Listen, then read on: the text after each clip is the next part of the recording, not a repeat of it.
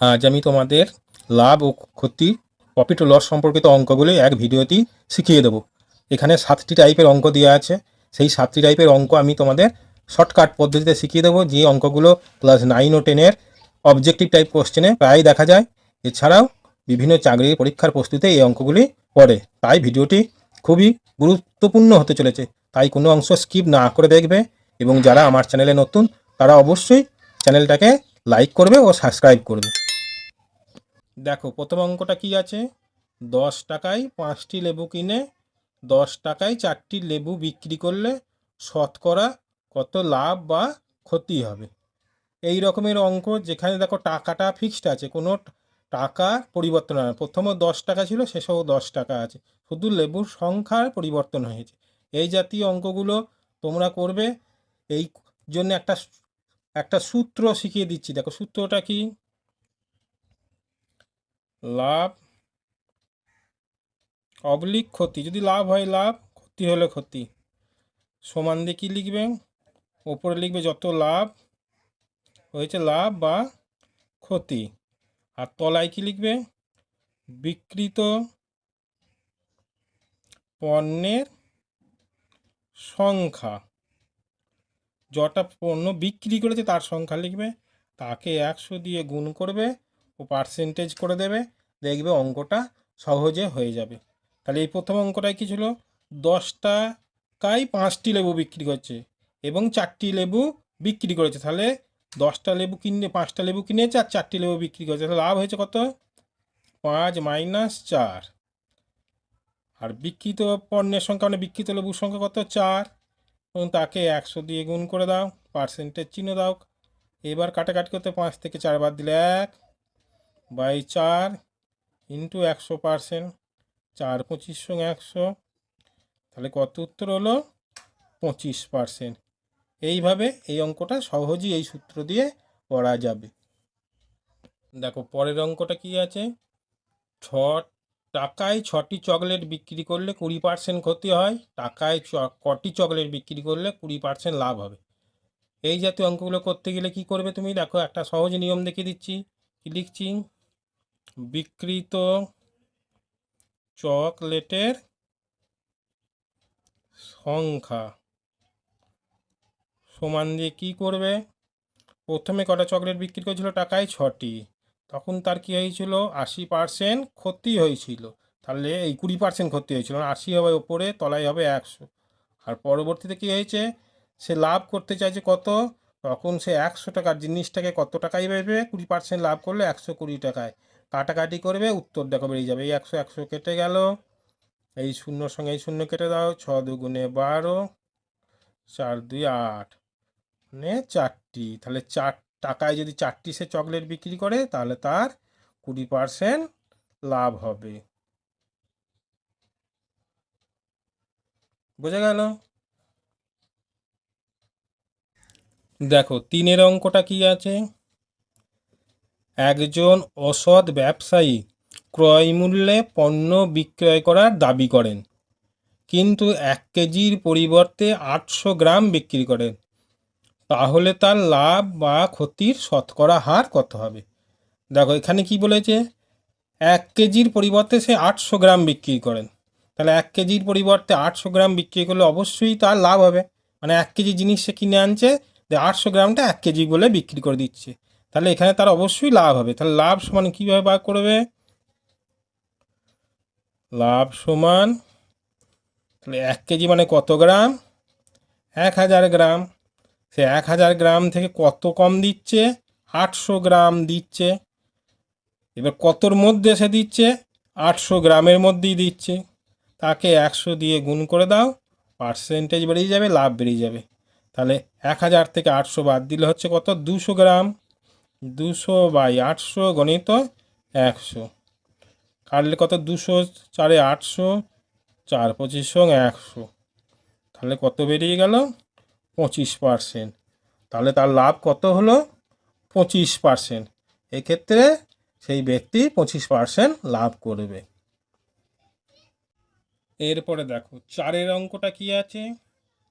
একটি টেবিলের ক্রয় মূল্য ও বিক্রয় মূল্যের পার্থক্য 250 টাকা।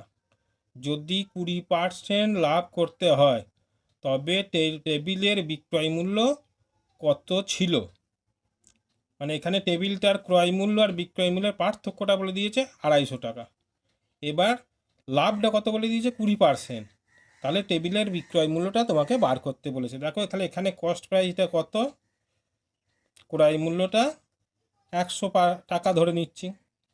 এবার যেহেতু সে 20% লাভ ছিল টেবিলটাতে, তাহলে সেলিং প্রাইস বা বিক্রয় মূল্য কত হবে, 100 যোগ 20 সমান 120 টাকা।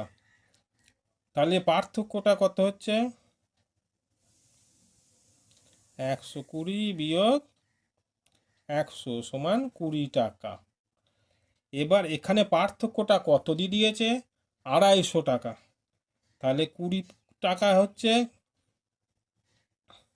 20 টাকা সমান হচ্ছে বা 20% সমান হচ্ছে 250 টাকা। 1% সমান কত হবে, 250/20।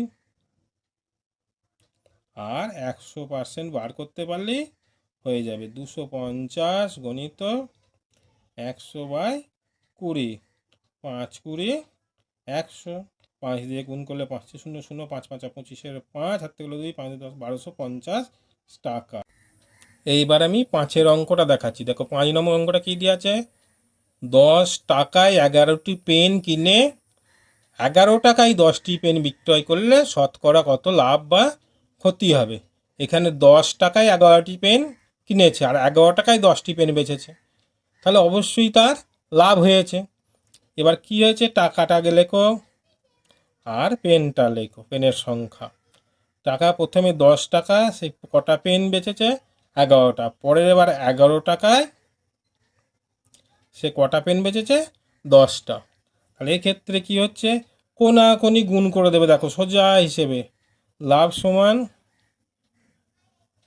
কোনাকুনি গুণ করলে এখানে 11 11 121, আর এই দিয়ে কোনাকুনি বিয়োগ গুণ করলে 100, এই দুটো বিয়োগ করে ফেলবে, তলায় কত বসাবে, এই যে টাকাটা সে লাগাচ্ছে 100 টাকা গণিত 100% করবে, অঙ্কটা বেরিয়ে যাবে। 121 থেকে 100 বাদ দিলে কত হবে, 21, তলায় হচ্ছে 100 গণিত এদিকে হচ্ছে 100, কাটাকাটি করে দাও, তাহলে কত হলো, 21%। তাহলে এক্ষেত্রে লাভ কত হলো, 21%। এরপরে দেখো 6-এর অঙ্কটা দেখাচ্ছি। এটা কি আছে, একটি ছাতা 350 টাকার পরিবর্তে 400 টাকায় বিক্রি করলে 5% বেশি লাভ হয়, তবে ছাতাটির ক্রয় মূল্য কত। দেখো এখানে লাভটা দুবার দেখিয়েছে, একটা 350 টাকা, একবার 400 টাকা। তাহলে লাভের পার্থক্য কত দাঁড়াচ্ছে, লাভের পার্থক্য সমান 400 বিয়োগ 350 টাকা সমান 50 টাকা। এই 5%টাই হচ্ছে 50 টাকা। তাহলে 1% কত হচ্ছে, 50/5, আর 100% সমান কত হবে, 50 গণিত 100/5, 5 10 50, তাহলে 10 গণিত 100 সমান 1000 টাকা। তাহলে এখানে কিসের দাম বার করলে, ছাতার দাম, অতএব ছাতার ক্রয় মূল্য সমান 1000 টাকা। এইভাবে এই অঙ্কগুলো সহজেই করে ফেলতে পারবে। এবার 7-এর অঙ্কটা কি আছে দেখো, দেখায়। একটি বই 850 টাকায় বিক্রি করলে 15% ক্ষতি হয়, 10% লাভ করতে হলে কত টাকায় বিক্রি করতে হবে। মানে এখানে 850 টাকায় বিক্রি করলে তার 15% ক্ষতি হয় বলে দিয়েছে। এবার ক্ষতি থেকে লাভ করবে সে, কত করবে, 10% লাভ করবে। তাহলে 15% ক্ষতি হলে বিক্রয় মূল্য কত হবে,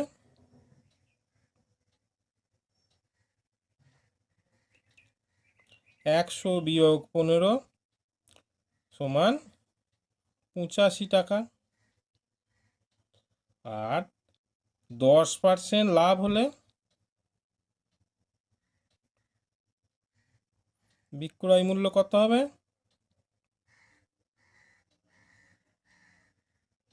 100 যোগ 10 সমান 110 টাকা।